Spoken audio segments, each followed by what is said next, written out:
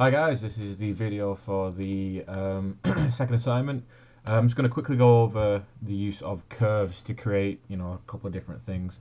Curves are really versatile. The more you use them, the more you'll find uses for them.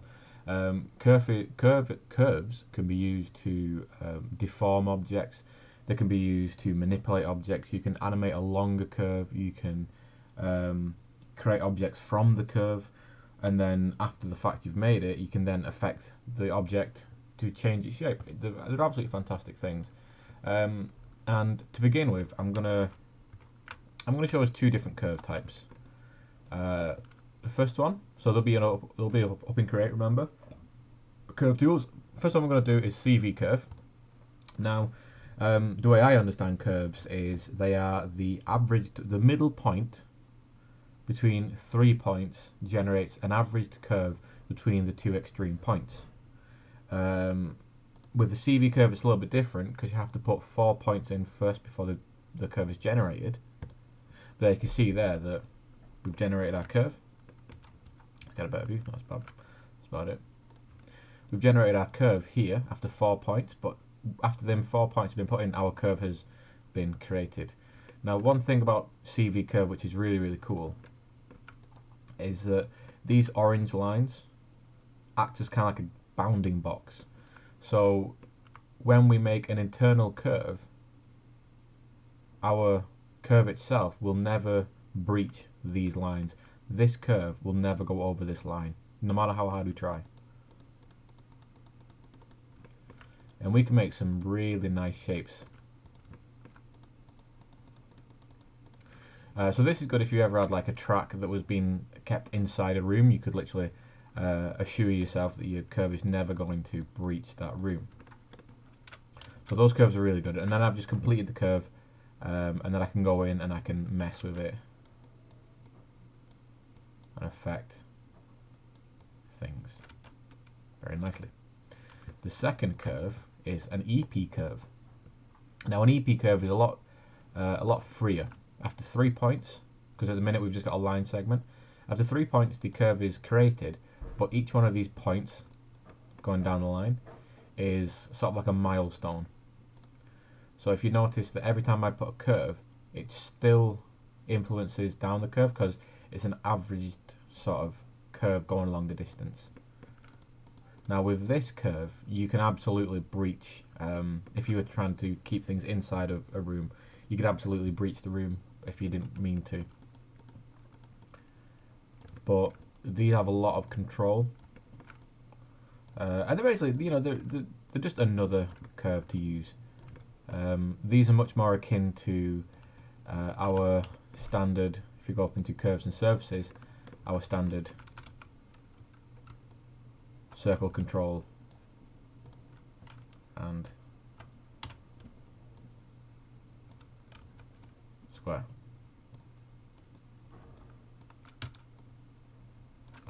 Okay, so now that we've quickly gone over that, I'm going to create something with our curve, and I'm in the well, you can't see because I've got the grid turned off, but if I go into our front view,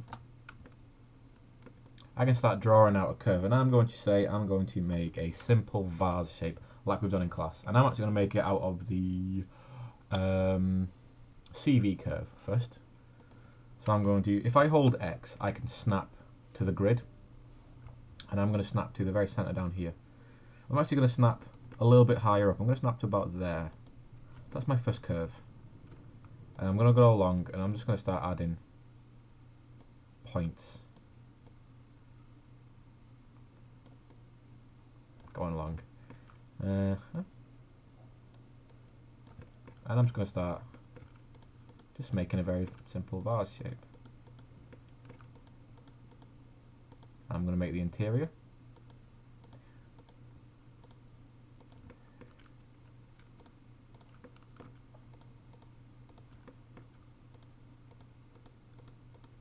Like so, and then I'm going to hold X and click in center of the grid again, just to make sure that those lines terminate in the exact same place.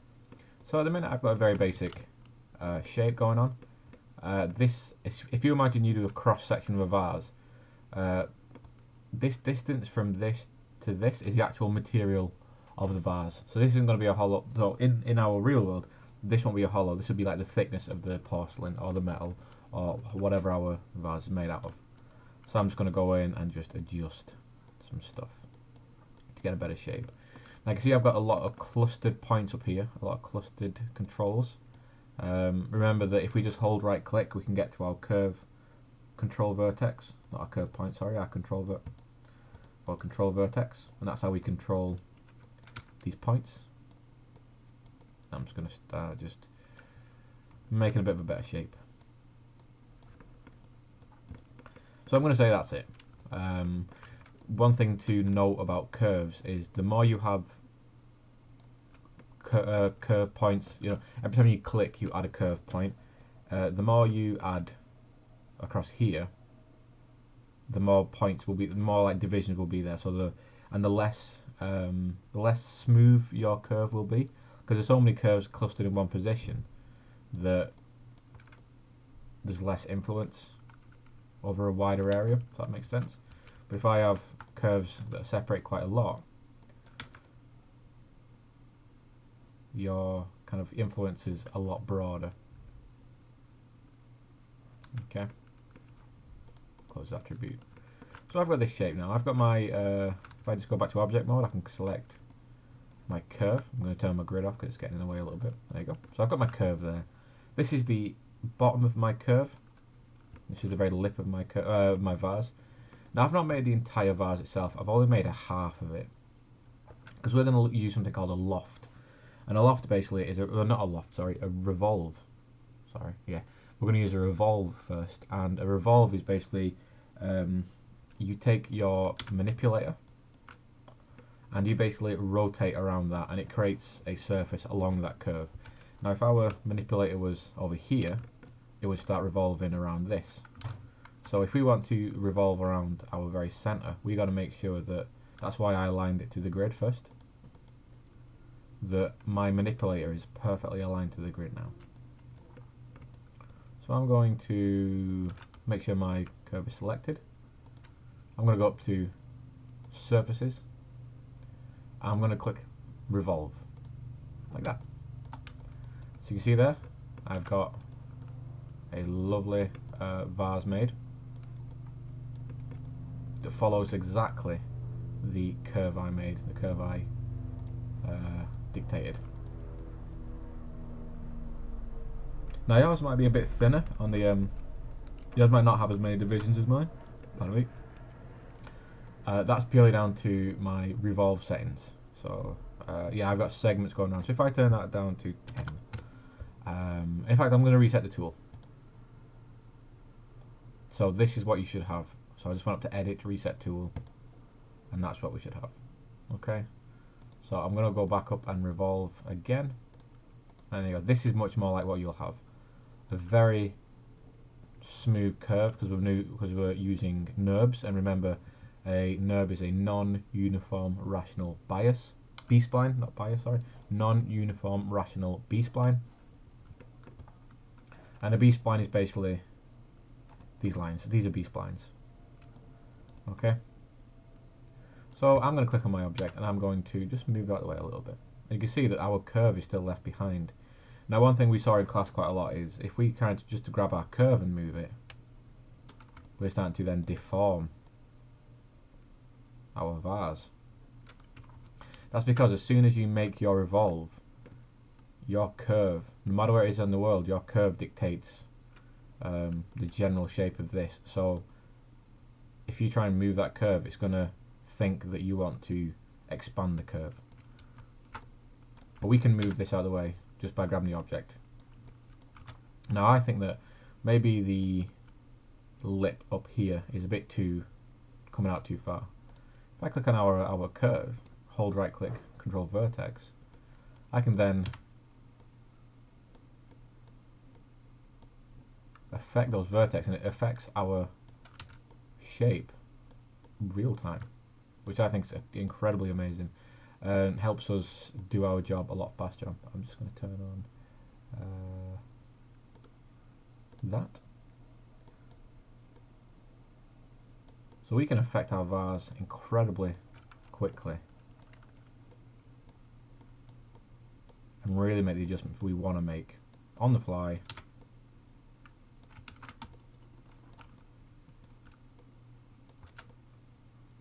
So just because you've done your revolve doesn't mean you've been locked in.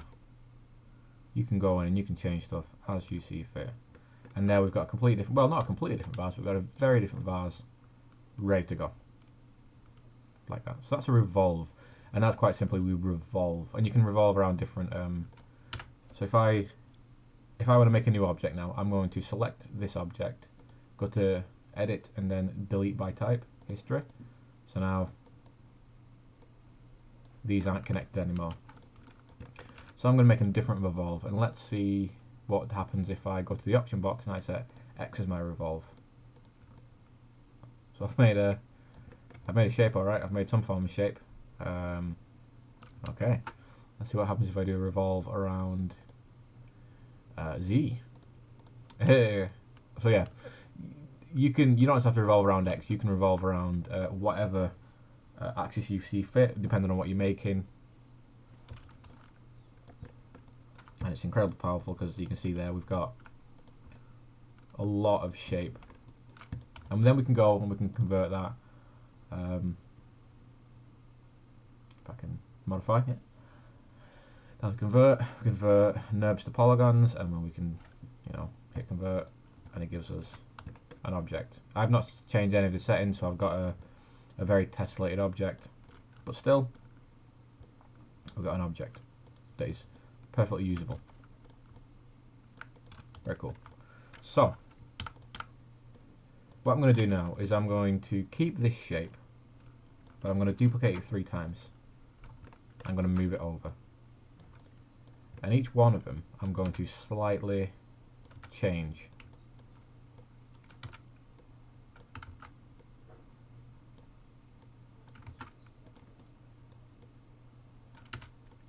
And what we're going to do now is we're going to use something called a loft. And what a loft does is basically you select curves in order, and then it will kind of connect, it will join those curves together using a piece of NURB geometry. But it'll kind of transition from this shape to this shape and then to this shape quite nicely and evenly. So the more you have in between it, the more it'll change. So if I select this one first, and then select this one, and then select this one, and then go to surfaces and then to loft, you see there it's made a new shape. I'm just going to go to surfaces and reverse direction. There we go. So now we've got our grays. But you can see there that it's not a whole drastic shape, but we've definitely got some sort of shape change there. So these are going to be really cool for making smooth environments. If you've got a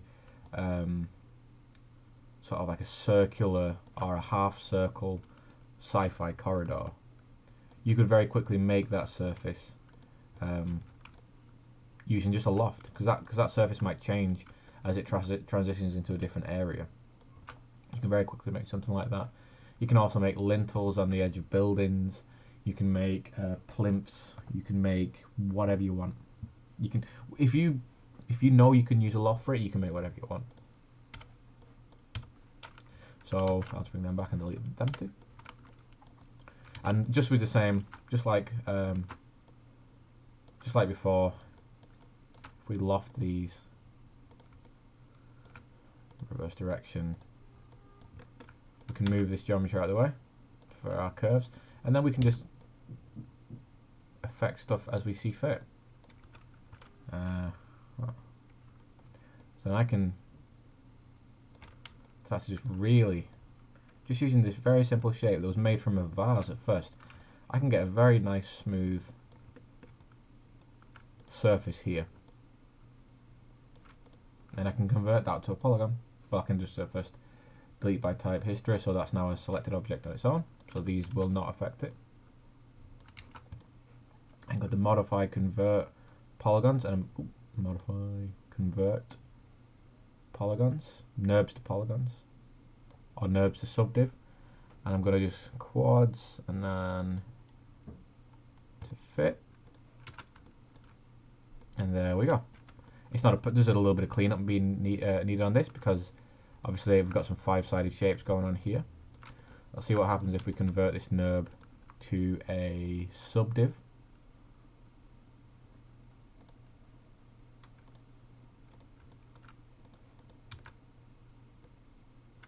So it's just subdiv the actual thing itself.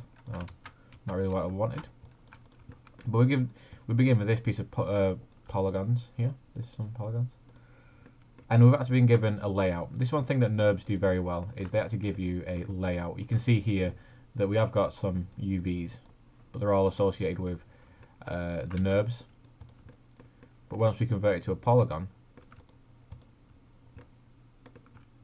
ours are laid out nicely for us. So I'm just going to split this top bit away. There we go. So now these are our faces for our front of our object, and we can absolutely start using those to texture environments on, and texture objects. They're incredibly versatile.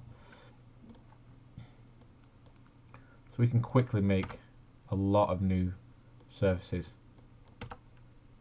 super quick and without much hassle. Cool. So further on in this project, we'll be going into how to use NURBs to texture them, and then we can create lots of different vases and glasses with lots of different interesting shapes. And then we're going to be looking into some material management, so we can make these glasses look like porcelain. We can make these objects look like porcelain, glass, metal, copper, mud, whatever you want. Okay, very cool. Hopefully this helps. If you need any more help on this, please send me an email. Okay, cool.